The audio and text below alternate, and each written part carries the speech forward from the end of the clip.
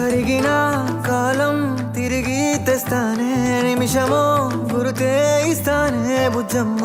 మిగిలిన కథనే కలిపి తెస్తానే, మనకి దూరం ఉండొద్దే బుజ్జమ్మ.